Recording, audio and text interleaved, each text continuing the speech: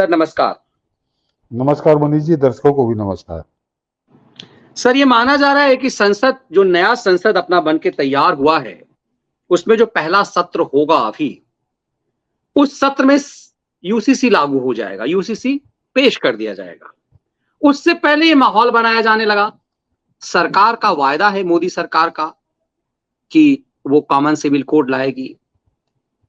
ये इतना बढ़िया बेसिक चीज है, लेकिन इसके बाद भी एक षड्यंत्र किया जा रहा है कांग्रेस और पूरी क्षेत्रीय छत्रपों के द्वारा तुष्टीकरण के वोट के लिए।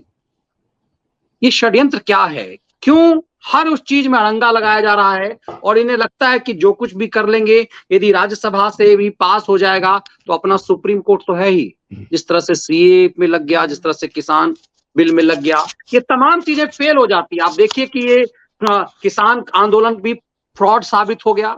अभी देखिए ये जो धरनाजीवी जो अभी जंतर मंतर पर थे, वो सब भी फेल हो गए। इसके बावजूद ये षड्यंत्र होता है, संसद से बिल पास भी हो जाएगा तो हम सुप्रीम कोर्ट से रोक लेंगे। लेकिन उससे पहले इस बवाल के क्या मायने, क्यों ये बवाल हो रहा है? हाँ मनीष जी, इसकी जड़ में जाइए। देखिए, इसकी जड़ में सबसे पहले तो कांग्रेस है। उसका कारण अभी बताऊंगा कि कांग्रेस ने कैसा कुकर्म किया है इस समान नागरिक संहिता को लेके। लेकिन उससे भी ज्यादा है मनीष जी की ये जो देखिए इस समान नागरिक संहिता का दर्शक कभी ध्यान दे रहे होंगे, जब से दोबारा इसकी बातचीत शुरू हुई है, ये जब सुझाव मांगे गए हैं 1 महीने के अंदर, तो सिर्फ मुसलमान विरोध कर रहे हैं मनीष जी। ये गौर करने वाली बात है। इस देश में ईसाई रहते हैं, इस देश में पारसी रहते हैं, इस देश में सिख रहते हैं, इस देश में जैन रहते हैं, इस देश में बौद्ध रहते हैं। सभी पे तो लागू होगी वो। कोई विरोध नहीं कर रहा, कहीं कोई नाम नहीं है।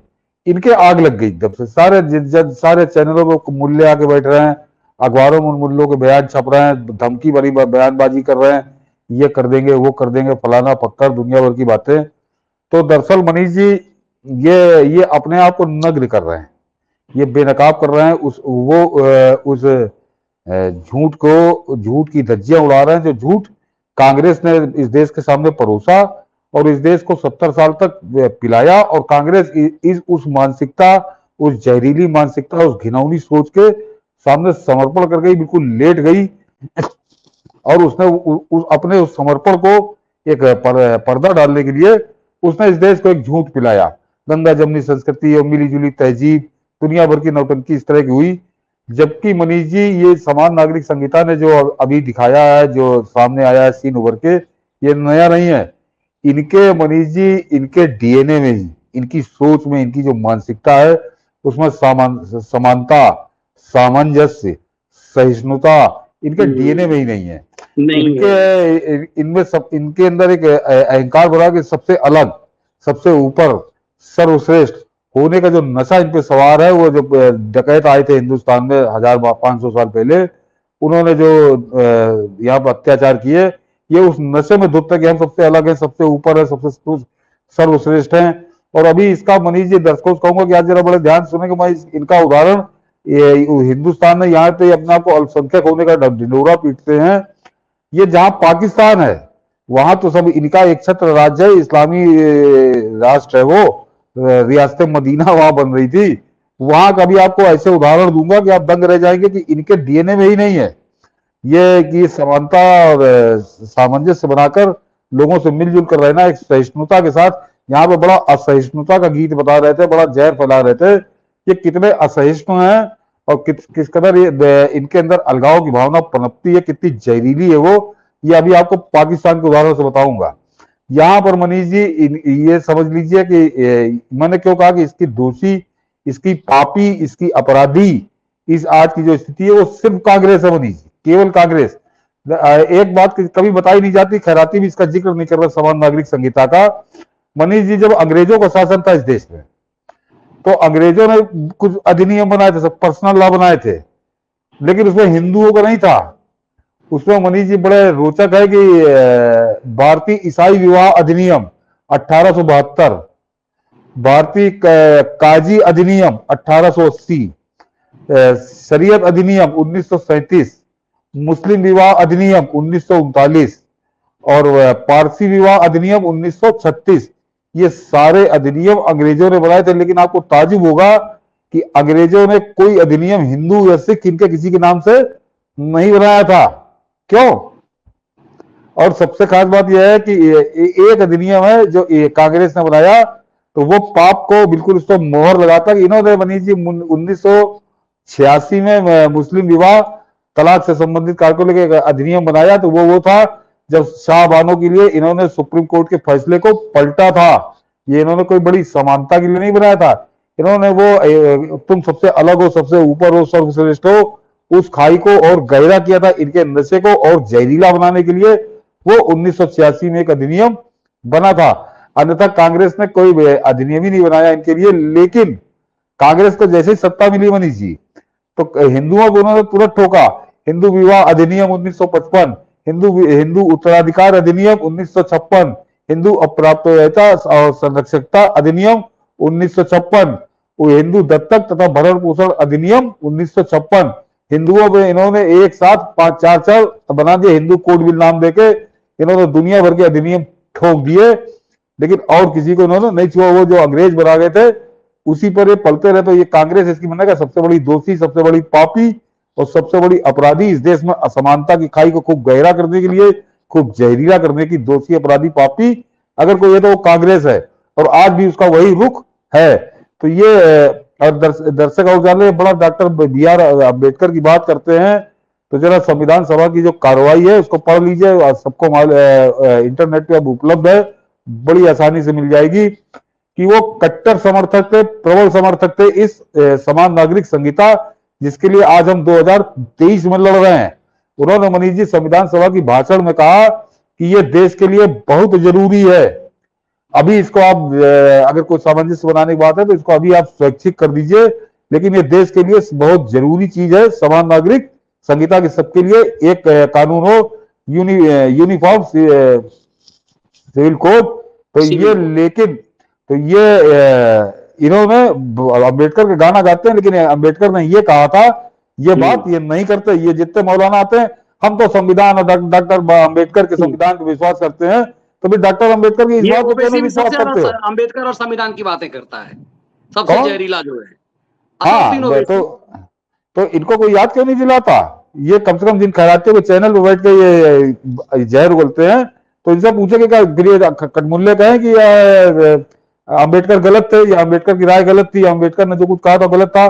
तो मनीष जी ये इनकी मानसिकता, मैंने कहा कि उस मानसिकता को खूब जहरीला और खूब मजबूत, उसको खूब नशा दिलाया कांग्रेस के 60-70 साल के शासन ने, कि उसी शासनकाल में हिंदुओं पर 4 अधिनियम बना के, कोड बिल बना के थोप दिए, लेकिन इनके लिए कोई बिल नहीं बनाया। और सबसे कहा एक बनाया, तो वो बनाया जिसपे सुप्रीम कोर्ट ने न्याय किया था शाहबानों वाला, तो उस फैसले को पलटने के लिए इनको अधिनियम बनाना पड़ा, यानी इन्होंने और उस पर मोहर लगाई। तो ये तो मनीष जी इसकी पृष्ठभूमि है। और जबकि सारे जितने भी न्याय तंत्र से जुड़े हुए लोग हैं, विधि विशेषज्ञ हैं, उन सबका कहना है कि ये कॉमन सिविल कोड जब लागू हो जाएगा, समान नागरिक संहिता, तो बहुत सी, कम से कम अदालतों की बहुत से केस खत्म हो जाएंगे, क्योंकि वो इन्हीं उलझनों में उलझे रहते जो मैंने अभी आपको 10 तो गिनाए। कुछ पारसी अंग्रेजों को समझ, जी वो पारसी ईसाई सबके अलग अलग बने हुए हैं, हिंदुओं के 5 बने हुए हैं, तो उसी में उलझी रहती है न्यायपालिका। तो उसका एक बहुत बड़ा भार खत्म हो जाएगा, क्योंकि एक ही कानून किताब होगी, अलग अलग नहीं करना पड़ेगा। और जो बहुत से मनीष जी आपका तो ग्रामीण संपर्क रहा है कि जमीन जायदाद के झगड़े को लेके, उत्तराधिकार के झगड़े को लेके, गोद लेने के झगड़े को लेके मेरे ख्याल से हजारों लाखों मुकदमे कोर्ट में है, वो खत्म हो जाएंगे। तो इसमें इनको आग क्यों लगी हुई है? तो उसका मनीष जी अब मैं बताता हूं कि इनकी जो मानसिकता है, ये तो पृष्ठभूमि आप समझ लीजिए कि डॉक्टर अम्बेडकर ने तब कहा था, जब ये हिंदू कोड बिल हो रहा था, उस समय जो राजर्षि जिनको कहा जाता है, पुरुषोत्तम दास टंडन, सरदार वल्लभ भाई पटेल, इन सब लोगों ने उस शुरुआत पटेल जी के जीवन में तो नहीं कर पाए, लेकिन उनके जाने वाले 1956 में उन्होंने ठोक दिया। तो एक बहुत बड़ी संख्या थी कांग्रेस के अंदर भी जो इसका विरोध कर रही थी, लेकिन नेहरू की तानाशाही के चलते ये लादा गया और मुसलमानों को खुला छोड़ दिया गया, ताकि आज उसका नंगनाच आज हम झेल रहे हैं। तो ये, लेकिन ये मानसिकता क्या है मनीष जी? ये एक गलतफहमी दर्शक दूर कर ले कि ये कोई हिंदू के यहाँ पे है तो हिंदुओं से कारण ये इनकी है, हिंदू मुस्लिम सांप्रदायिकता नहीं, इनकी सोच ही इतनी जहरीली है, इनकी मानसिकता ही इतनी जहरीली है। अब आता हूँ मनीष जी, पाकिस्तान का उदाहरण देके समझाता हूँ। मनीष जी, जी पाकिस्तान में तो कोई हिंदू रहता नहीं है, सिख जो है वो वहां बचे नहीं हो, तो जो खालिस्तान के नाम पे टुकड़े तोड़ रहे हैं उनको पालती है वहां की मिलिट्री, अन्यथा वहां भी कुछ नहीं है, सब सारे वहां गायब हो गए। ईसाई मुश्किल से 1-1.5% बचे हैं। मनीष जी, ये जब जहां पर एक है वहां पर भी इनकी श्रेष्ठता बता रहे हैं उन डकैतों से जो ये अपना संपर्क जोड़ते हैं। मनीष जी, पाकिस्तान में सियाओं की जनसंख्या है करीब करीब 5 करोड़, 5 करोड़। और अभी वो ये जो इनकी मानसिकता है, कॉमन सिविल कोड से बात चली, वो आज के पाकिस्तान के बवाल पर भी आपको बता देगी, जिसका अभी तक कहीं आपने कोई जिक्र नहीं सुना होगा। मनीष जी, जिन्ना सिया थे, जिन्ना सिया थे जिसने पाकिस्तान बनाया, वो जिन्ना बर्दाश्त नहीं था इनको, क्योंकि वो सिया था। और जिन्ना सड़क पर मरा, हम लोग एक बार बता चुके हैं कि जिन्ना जो है वो सड़क पर मरा था, एम्बुलेंस में लेटा था, लेकिन मरा वो सड़क पे ही था। और किस तरह से उसको ठिकाने लगाया था ये सब जानते हैं। जिन्ना की बहन, उसकी कब्र खुदवा दी इन्होंने, जहां वो चाहती थी वहां उसको दफनाया नहीं गया, गोली चली, पुलिस चली, क्योंकि वो शिया थी। कि फातिमा जिन्ना और जिन्ना की तो बात छोड़ दीजिए, इनके पाकिस्तान के जो पहला राष्ट्रपति बना था, एक बार मैं शायद हम लोग किसी पाकिस्तान संदर्भ में तो मैंने जिक्र किया था, इस्कंदर मिर्जा। मनीष जी, वो शिया था, वो उसको देश छोड़ के भागना पड़ा, वो इंग्लैंड में जाकर नौकरी कर रहा था, एक होटल में नौकर हो गया था। उसको सीधे कहा था कि या तो फांसी भी चढ़ने के लिए तैयार हो जाओ, अन्यथा पाकिस्तान छोड़ दो। ये उस देश के पहला राष्ट्रपति सिर्फ इसलिए क्योंकि वो शिया था। और बताता हूं मनीष जी, 1900 ये भुट्टो, भुट्टो जिसको आप जान रहे हैं, भुट्टो शिया, भुट्टो को फांसी पे लटका दिया गया। उसकी बेटी शिया बेनजीर 2 बार जेल भेजी गई, तिवारा उसको कत्ल करा दिया गया। आसिफ अली जरदारी, वो आप देख रहे हैं कि वो जेल ही में उसका जीवन गुजर रहा है, कभी जेल कभी बाहर, कभी जेल कभी बाहर, ये चल रहा है। लेकिन आपको कोई दूसरा उदाहरण सुन्नी नेता का नहीं मिलेगा ऐसा। ये जरा समझिए कि इनकी इनकी असमानता, इनकी असली। और अब बताता हूं कि पाकिस्तान में आज की तारीख में बवाल क्यों हो रहा है मनीष जी। पाकिस्तान का जो आर्मी चीफ है इस समय, आसिम मुनीर, वो शिया है और वो सुन्नियों को बर्दाश्त नहीं हो रहा। इसीलिए आर्मी के खिलाफ इमरान खान का इतना जबरदस्त विद्रोह, खुला विद्रोह। लेकिन अगर आप कभी पाकिस्तान के चैनल देख लीजिए, यूट्यूब चैनल देख लीजिए, तो एक बहुत बड़ी संख्या मीडिया की, बहुत बड़ी संख्या जनता की, बहुत बड़ी संख्या नेताओं की, वो जो है वो इमरान खान का समर्थन कर रही है, क्योंकि उनको आसिम मुनीर में शिया दिखाई दे रहा है। ये मैं जरा इनकी बता रहा हूं कि इनको समान नागरिक संहिता क्यों नहीं बर्दाश्त है। ये शियाओं को पाकिस्तान में 2 दर्जे का नागरिक समझते हैं कि तुम हमारे समान, तुम्हारे नागरिक अधिकार नहीं होंगे। तो इसलिए, और ये एक सवाल मनीष जी दर्शकों को और सूझ रहा होगा कि अगर इतना शिया है तो आसिम मुनीर को चीफ क्यों बना दिया गया। तो इससे पहले 2 और बने थे, इससे पहले 2 और बने थे, उनकी हिस्ट्री समझ लीजिए, ये कैसे इस्तेमाल करते थे। एक 1965 में जब हिंदुस्तान के आर्मी जंग हुई थी भारत से, उस समय भी जो इनका आर्मी चीफ था, मोहम्मद मूसा नाम था उसका, वो भी शिया था। 1971 में यहिया खान शिया था, और अब आसिम मुनीर ये तीसरा शिया आर्मी चीफ है। तो क्यों बनाया जाता है? 1965 में अयूब खान डिक्टेटर था, उसने सबको हटा के खुद बन गया था, आर्मी चीफ से राष्ट्रपति बन गया था, मार्शल लॉ शासक हो गया था वो। तो उसने मनीष जी सिर्फ इसलिए मोहम्मद मूसा को उसने आर्मी चीफ बनाया था क्योंकि वो जानता था कि ये शिया है तो इसको आर्मी स्वीकार नहीं करेगी, ये कभी इतना मजबूत नहीं हो पाएगा कि ये मेरा तख्ता पलट दे। नवाज शरीफ ने आसिम मुनीर को सिर्फ इसीलिए आर्मी चीफ बनाया कि ये शिया है, इसको समर्थन नहीं मिलेगा तो ये कभी विद्रोह कर देगी, तख्ता पलट की स्थिति में नहीं आएगा, इसलिए इसको बनाया था। लेकिन वो विद्रोह आपने देखा कि उस दिन हम लोगों ने जो जिक्र किया था पाकिस्तान का कि कमांडर, उनका जो कोर कमांडर है उसके बंगले में घुस के आग लगा दी, पाकिस्तान में रावलपिंडी के जीएचक्यू में हुआ और सब लोग शांत। वहां पे आर्मी ने भी विरोध नहीं किया, आर्मी का एक धड़ा खुलकर आज भी इमरान खान का साथ दे रहा है। तो ये पाकिस्तान के प्रसंग से, क्योंकि इस समय प्रासंगिक भी था, इससे आप समझ लीजिए कि ये इनका डीएनए है, इनको बर्दाश्ती नहीं है, ये केवल अपनी सुप्रीमेसी और सबको 2 दर्जे का नागरिक समझते हैं।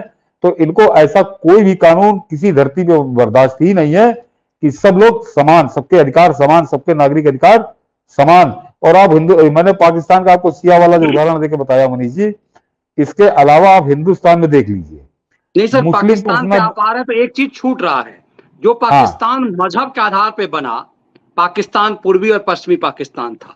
उन्होंने बंगालियों का इन लोगों ने कितना अपमान किया। आपने शिया सुन्नी किया, लेकिन बंगाली जो है तो वो सुन्नी ही थे बड़ी संख्या में, लेकिन उन्हें नफरत बंगालियों से था।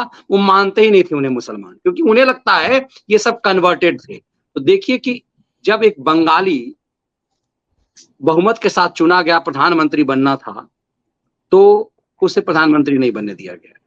मतलब वो कट करके अलग हो गया, जो मजहब के आधार पे। और जो आज बांग्लादेश है, उसी एरिया में सबसे ज्यादा कत्लेआम हुआ और डायरेक्ट एक्शन वहीं हुआ। आज वो मैंने उससे अलग।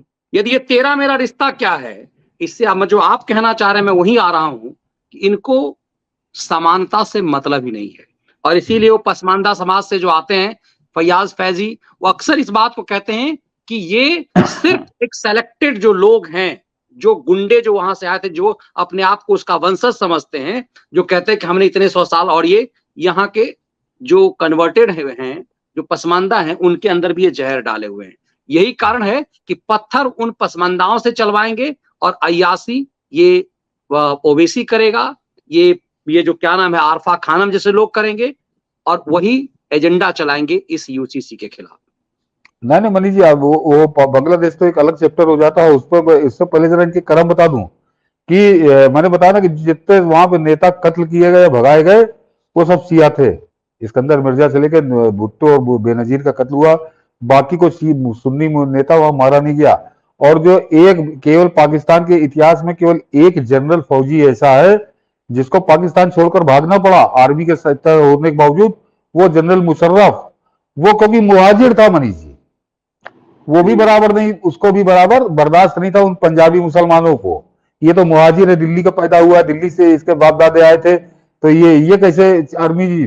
तो अकेला पाकिस्तान के इतिहास में है जिसको छोड़ के वो विदेश में मरा उस बड़ी बुरी हालत में, आपने सबने देखा ही उसको। तो ये इनके अंदर इतना जहर है, और एक इनकी जहर का कितना घिनौना, कितना घृणित है वो सोच मानसिकता मनीष जी, कि पाकिस्तान के इतिहास में पूरे 56 इस्लामी देशों के इतिहास में एक ही आदमी है जिसको फिजिक्स का नोबेल प्राइज मिला है। उसका नाम है अब्दुल सलाम। उसको 1979 में नोबेल प्राइज मिला था फिजिक्स पे। और मनीष जी वो अहमदिया था। तो वहां पे कानून बना दिया कि अहमदिया मुसलमान ही नहीं होते, वो भी भाग खड़ा हुआ, उसको वो भागता ना तो उसको भी फांसी पे लटका देते। वो आदमी भी, उसको भी पाकिस्तान छोड़कर भागना पड़ा। यानी इनको एक नोबेल प्राइज विजेता साइंटिस्ट, वो भी इनको बर्दाश्त नहीं है। ये समान नागरिक संहिता इनको कैसे बर्दाश्त हो जाएगी। ये अपना एक भले पंचर जोड़ते हो, बाल काटते हो और बड़ाईगिरी करते हो, लेकिन इनको लगता है कि वो नोबेल प्राइज वाला जो है वो भी मेरे बराबर नहीं है। भले हम पंचर जोड़ रहे हो, हम पंचर छाप हो, लेकिन हम जो है उस नोबेल प्राइज विनर से हम ज्यादा श्रेष्ठ हैं। और इस तरह से नाक में दम कर देते हैं कि उसको देश छोड़कर भागना पड़ता है। तो ये इनका इतिहास है। और एक, मैं इस समय नाम भूल रहा, आपने भारतीय डिप्लोमेट है, वो अमेरिका में थे, उन्होंने एक मनीष जी अपना संस्मरण लिखा था कि सुनील सरन या अनिल सरन, क्या नाम है उनका, मैं भूल रहा हूँ इस समय। उन्होंने लिखा था कि जब पाकिस्तान में जियाउल हक आया तो उसने कहा कि आर्मी के अंदर जरा सियाओं को खोजो, जो सिया अफसर है आर्मी में, और उनको खत्म कर दो। तो उन्होंने कहा कि उस दौरान मुझे न्यूयॉर्क में एक टैक्सी चलाने वाला मिला, पाकिस्तानी था वो। तो वो उसने बताया कि मैं पाकिस्तान आर्मी में कैप्टन था, लेकिन क्योंकि मैं शिया हूं, तो जियाउल हक ने कहा था कि शियाओं को ढूंढकर खत्म कर दो, तो मैं जान बचा के भागा हूं। आजकल यहाँ पे न्यूयॉर्क में टैक्सी चला रहा हूं। ये समझिए इनकी समानता, इनकी सहिष्णुता, और इनकी क्या कहा जाए, सामंजस्य बना के रहने की इनकी ये स्थिति है। इनका इतिहास इस बात का गवाह है ये कैसे, इनको समानता कैसी पसंद है और कितने सहिष्णु है। तो जाहिर सी बात है कि आज जब ये समान नागरिक संहिता का विरोध कर रहे हैं, तो आप समझ लीजिए कि उसके पीछे कितना जहर भरा हुआ है। ये किसी को अपने से ज्यादा श्रेष्ठ मानते नहीं, सबसे ऊपर, जबकि मैंने कहा कि सबसे भिखमंगी वाली स्थिति में है, लेकिन अपने आप को सबसे सर्वश्रेष्ठ और सबसे ऊपर, अपने लिए अलग कानून, दुनिया के लिए अलग कानून, ये इनकी मानसिकता है। और इस मानसिकता को आजाद हिंदुस्तान में 70 साल तक दूध पिलाया कांग्रेस ने, वो मैंने अभी आपको बताया। तो ये इनकी तो ये तो खैर है ही ऐसे। और इस स्थिति को यहाँ लाने के लिए, इस देश पर इस स्थिति को थोपने के लिए शाहबानो वाला जो कानून इन्होंने बनाया वो उदाहरण है कि उसकी अपराधी, पापी, दोषी सिर्फ कांग्रेस है। आपने सर बहुत एकदम से अलग अंदाज में समझाया, लेकिन अभी जरा सा इस चीज को समझ कर अलग अंदाज ये भी बता दूं कि दर्शक जान ले कि चाहे जितने खैराती है पाकिस्तान का गाना गा रहे हैं, आपको कोई ये नहीं बता रहा कि पाकिस्तान में असीम मुनीर का विरोध हो क्यों रहा है और उसको आर्मी के अंदर भी इसको सपोर्ट क्यों नहीं मिल रहा है। क्योंकि वो शिया है, क्योंकि वो शिया है, इसलिए आर्मी का एक बड़ा तबका इमरान के साथ खड़ा है। तो ये समझिए इनके अंदर जहां इनके संस्थान है सरकारी, वहां तक ये सोच इनके अंदर भरी हुई है। इनको जो शिया मुसलमान है वो नहीं बर्दाश्त हो रहे, जो 5 करोड़ जिनकी संख्या है उनसे भी करे कि नहीं तुम हमारे बराबर नहीं, तुम 2 दर्जे के हो। तो सोच लीजिए हिंदुस्तान में कहा जहां पर 70 साल इनको दूध पिलाया गया है। बिल्कुल, ये यहाँ आके तो कहते हैं तेरा मेरा रिश्ता क्या। हाँ, ये तेरा मेरा रिश्ता क्या आरफा खानम कहती है ये फैयाज फैज जैसे देशी पसमानदाओं के लिए, लेकिन ये इस्तेमाल कैसे करते हैं।